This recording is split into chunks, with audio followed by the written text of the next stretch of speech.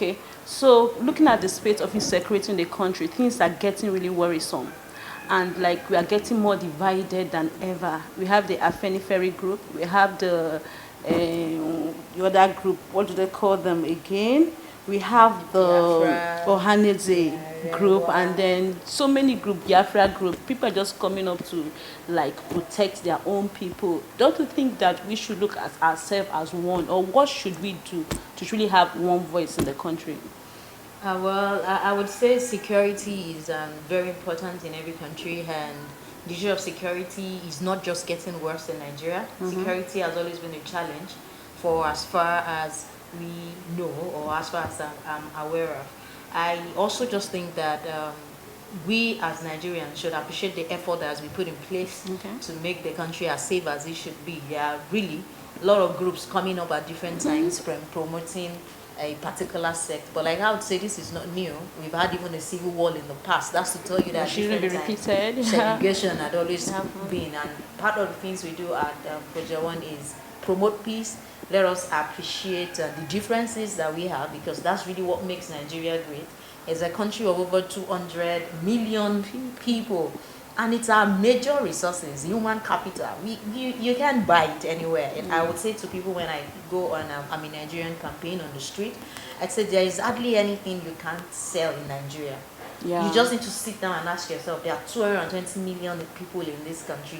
There must be someone somewhere that is willing to buy my product. Yeah. So we need to start looking at the strength that this country brings, and the differences that it brings that can actually promote what we do and use it to our own advantage rather than use it to our own detriment. To go in the way of civil unrest would be to our own detriment. So if people understand the importance of having peace, of working together, or seeing this country even like a business environment where we can all thrive, where your view can thrive, mine can thrive, and we still have that unity, peace and unity. I really think that we just need more of mobilization, education, and letting people realize the importance of having peace as opposed to conflict. So basically, security in Nigeria, I want to think that it might look like there are more now because we're in a social media age and the news travels faster. But there had always been insecurity, there had always been killings, there had always been kidnappings, there had always been one sect trying to promote his or her own agenda above the other.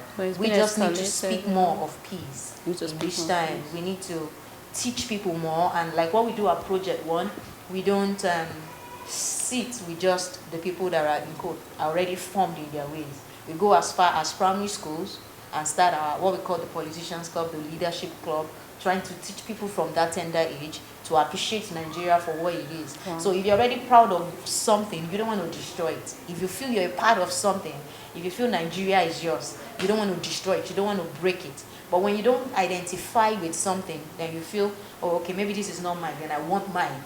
But when you see it as yours, then you see that there is actually a need for you to work together to make it better and not to divide it. Wow, well spoken. Thank you so much.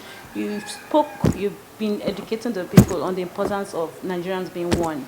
But what do you think the government should do? What do you think that the government is doing enough to promote unity in the country? Do you think that our justice system is fair?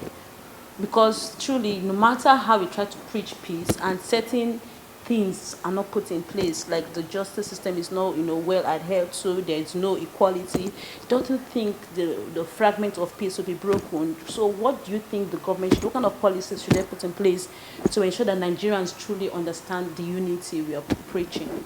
Well, I'm of the view that government has been trying its best. We just need to have more Nigerians get involved in making Government have been trying their best. They've been trying their best, but does that mean that their best is good enough?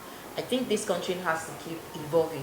Recently, I started a campaign for the office of the Minister of Children Affairs, and a lot of people were like, why do we need a ministry for children affairs? Okay. And it was actually coming from my own experience. And I say this, I say we have leaders.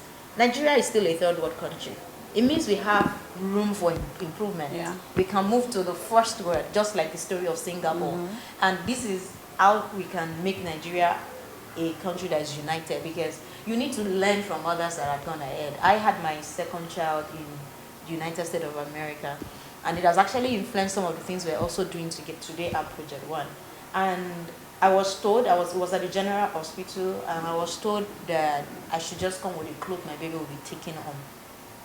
Well, that's the rule of the hospital. So that was what I did.